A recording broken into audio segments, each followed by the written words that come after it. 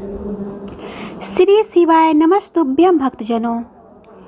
इस वीडियो में हम सुनेंगे श्री शिव महापुराण कथा के 8वां अध्याय।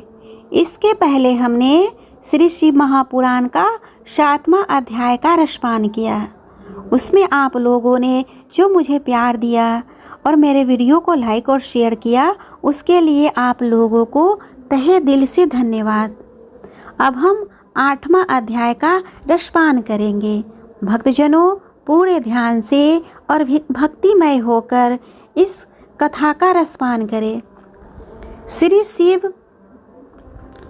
शिव महापुराण महात्म समाप्ति के बाद से विधेश्वर संहिता प्रथम अध्याय भाग में सूत जी से मुनियों का तुरंत पाप नाश करने वाले साधन के विषय में प्रश्न, जो आदि और अंत में और मध्य में भी नित्य मंगलमय है, जिनकी समानता अथवा तुलना कहीं भी नहीं है, जो आत्मा के स्वरूप को प्रकाशित करने वाले देवता हैं, जिनके 5 मुख हैं और जो खेल ही खेल में अनायास जगत की रचना, पालन और संहार तथा अनुग्रह एवं तिरोभाव रूप वाच प्रबल कर्म करते रहते हैं, उन सर्वश्रेष्ठ अजर अमर ईश्वर अंबिकापति भगवान शंकर का मैं मन ही मन चिंतन करती हूँ। व्यास जी कहते हैं, जो धर्म का महान क्षेत्र है और जहाँ गंगा यमुना का संगम हुआ है, उस परम पुण्यमय प्रयाग में जो ब्रह्मलोक का मार्ग है, सत्य व्रत में तत्पर रहने वाले महातेजस्वी महाभाग महात्मा मुनियों ने एक विशाल ज्ञान यज्ञ का आयोजन किया। उस ज्ञान यज्ञ का समाचार सुनकर पौराणिक शिरोमणि व्यास शिष्य महामुनि सूत जी वहाँ मुनियों का दर्शन करने के लिए वहाँ आए। सूत जी को आते देखकर सब मुनि हर्ष से खिल उठे और अत्यंत प्रसन्न चित्त से उन्होंने उनका विधिवत स्वागत सत्कार किया। तत्पश्चात उन प्रसन्न महात्माओं ने उनकी विधिवत स्तुति करके विनय पूर्वक हाथ जोड़कर उनसे इस प्रकार कहा, सर्वज्ञ विद्वान रोमहर्षण जी, आपका भाग्य बड़ा भारी है। इसी से आपने व्यास जी के मुख से अपनी प्रसन्नता के लिए ही संपूर्ण पुराण विद्या प्राप्त की है। इसीलिए आप आश्चर्य रूप कथाओं के भंडार हैं। ठीक उसी तरह जैसे रत्नाकार समुद्र बड़े बड़े सारभूत रत्नों का आगार है। तीनों लोकों में भूत, वर्तमान और भविष्य तथा और भी जो कोई वस्तु है, वह आपसे अज्ञात नहीं है।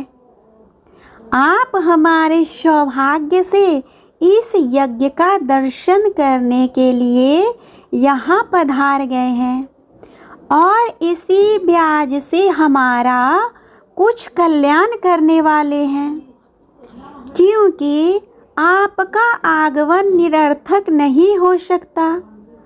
हमने पहले भी आपसे शुभाशुभ तत्वों का वर्णन सुना है, किंतु उससे हमें तृप्ति नहीं होती। हमें उसे सुनने की बारंबार इच्छा होती है। उत्तम बुद्धि वाले सूत जी, इस समय हमें एक ही बात सुननी है। यदि आपका अनुग्रह हो तो गोपनीय होने पर भी आप उस विषय का वर्णन करें।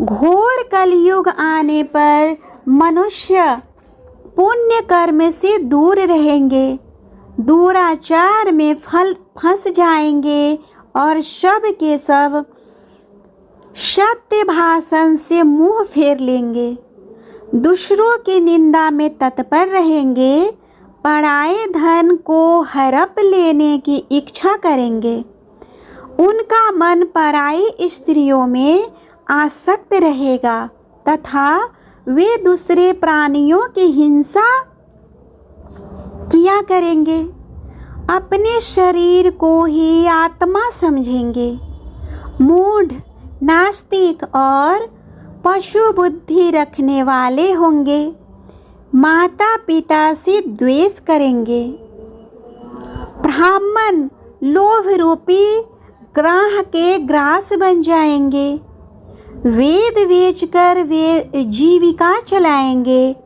धन का उपार्जन करने के लिए ही विद्या का अभ्यास करेंगे और मद से मोहित रहेंगे, अपनी जाति के कर्म छोड़ देंगे, प्रायः दूसरों को ठगेंगे, तीनों काल की संध्योपासना से दूर रहेंगे और ब्रह्म ज्ञान से शून्य रहेंगे। समस्त क्षत्रिय भी स्वधर्म का त्याग करने वाले होंगे, कुसंगी, पापी और व्यभिचारी होंगे, उनमें शौर्य का अभाव होगा, वे कुत्सित चौर्य कर्म से जीविका चलाएंगे, शूद्रों का सा बर्ताव करेंगे और उनका चित्त काम का किंकर बना रहेगा, वैश्य संस्कार भ्रष्ट, स्वधर्म त्यागी, कुमार्गी, धनोपार्जन परायण तथा नाप तौल अपनी कुत्सित विचार का परिचय देने वाले होंगे। इसी तरह शूद्र ब्राह्मणों के आचार में तत्पर होंगे, उनकी आकृति उज्ज्वल होगी, अर्थात वे अपना कर्म धर्म छोड़कर उज्ज्वल वेशभूषा से विभूषित हो व्यर्थ घूमेंगे, वे स्वभावतः ही अपने धर्म का त्याग करने वाले होंगे, उनके विचार धर्म के प्रतिकूल होंगे, वे कुटीर और द्विज निंदक होंगे, यदि धनी हुए तो कुकर्म में लग जाएंगे, विद्वान हुए तो वाद विवाद करने वाले होंगे, अपने को कुलीन मानकर चारों वर्गों के साथ वैवाहिक संबंध स्थापित करेंगे, समस्त वर्णों को अपने संपर्क से भ्रष्ट करेंगे, वे लोग अपनी अधिकार सीमा से बाहर जाकर द्विजोचित सत्कर्मों का अनुष्ठान करने वाले होंगे। कलयुग में स्त्रियां प्रायः सदाचार से भ्रष्ट और सदा पति को अपमान करने वाली होंगी, सास ससुर से द्रोह करेंगी, किसी से भय नहीं मानेंगी, मलिन भोजन करेंगी, कुत्सित हाव भाव में तत्पर होंगी, उनका शील स्वभाव बहुत ही बुरा होगा और वे अपने पति की सेवा से सदा ही विमुख रहेंगी। सूत जी, इस प्रकार जिसकी बुद्धि नष्ट हो गई है, जिन्होंने अपने कर्म का त्याग कर दिया, ऐसे लोगों को इहलोक और परलोक में उत्तम गति जैसे प्राप्त होगी। इसी चिंतन से हमारा मन सदा व्याकुल रहता है। परोपकार से समान दूसरा कोई धर्म नहीं है। अतः जिन छोटे छोटे उपाय से इन सब पापों को तत्काल नाश हो जाए, उसे इस समय कृपा पूर्वक बताइए, क्योंकि आप समस्त सिद्धांतों के ज्ञाता है। इस तरह शिव महापुराण कथा का 7वां अध्याय पूर्ण हुआ। उम्मीद करती हूँ आप लोगों को ये कथा पसंद आया होगा, आपके लिए आनंदकर होगा। अगर अच्छा लगा हो तो प्लीज़ मेरे वीडियो को लाइक कर दे और मेरे वीडियो को शेयर कर दे। साथ में मेरे चैनल को भी सब्सक्राइब कर दे, ताकि जब भी मैं शिव महापुराण का कथा का 9वां वीडियो अपलोड करूं, उसका नोटिफिकेशन सबसे पहले आपको आए।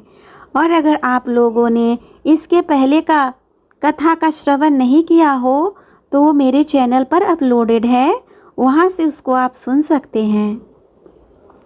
तथा मेरे इस चैनल पर श्रावण मास के महात्म कथा का भी सुनाया जाता है, जो कि आपको मेरे चैनल पर उसका वीडियो मिल जाएगा। आप चाहे तो उसका भी श्रवण कर सकते हैं और श्रावण मास के इस विशेष मुहूर्त का लाभ उठा सकते हैं। तब तक के लिए भगवान शिव शंकर आप सभी पे अपनी कृपा बनाए रखें। श्री शिवाय नमस्तुभ्यं भक्तजनों।